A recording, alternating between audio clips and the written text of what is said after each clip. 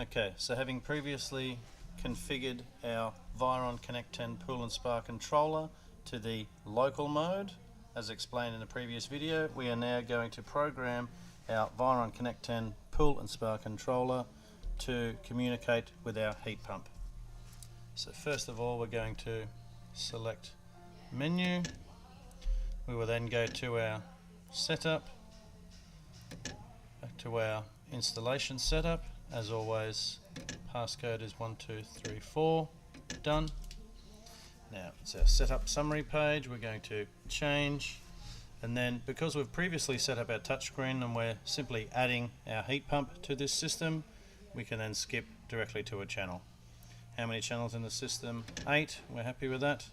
Now through our channels, we've already configured our pool equipment, filter pump on channel 1, variable speed yes, timers in AI mode. Our channel 2 is currently configured with our cleaning. Now what we're going to do is put our controlled heating power onto channel 3. Next, channel 4 is unused, 5 is unused, 6, 7 and 8 is unused. Minimum heat on speed for this today, we're going to leave it high. We have a simple single speed pump on this today, and now we're done. So now what we have here is our controlled heater power, which is turning on our channel 3, and on our channel 3 we have the dedicated water pump, which is going to feed water to the heat pump and activate the water pressure switch. The heat pump is hardwired into an isolation switch, so it has constant power. So from here we need to check our heating settings. We are currently using our pool and spa settings. As you can see, we have our isolation valves between pool and spa. Now what we have to do is set our heat pump temperatures to operate in both modes. So firstly we set our desired temperature for the pool, and then over to our spa. As you can see in here, when we click onto spa, it will automatically activate our filtration, which we will turn off in a second.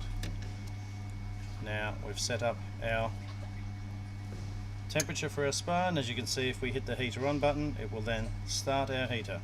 As you can see, if we go to select another setting or exit out of this window, it will ask, do we want to have our water pump run for 5 minutes to cool the heater? Because this is a heat pump, we will say no. If it was a gas heater, we would say yes.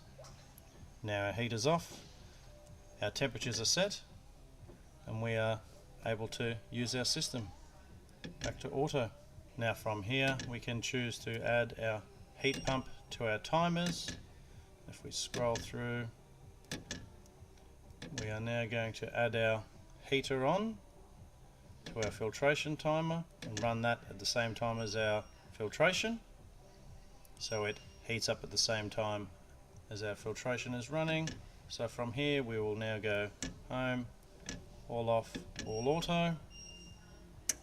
We'll hear our relays engage, and if we just go and check our system and our heating icon, we will now see that our heat is on. Back to our home screen, and our heater is now currently on and displaying the water temperature.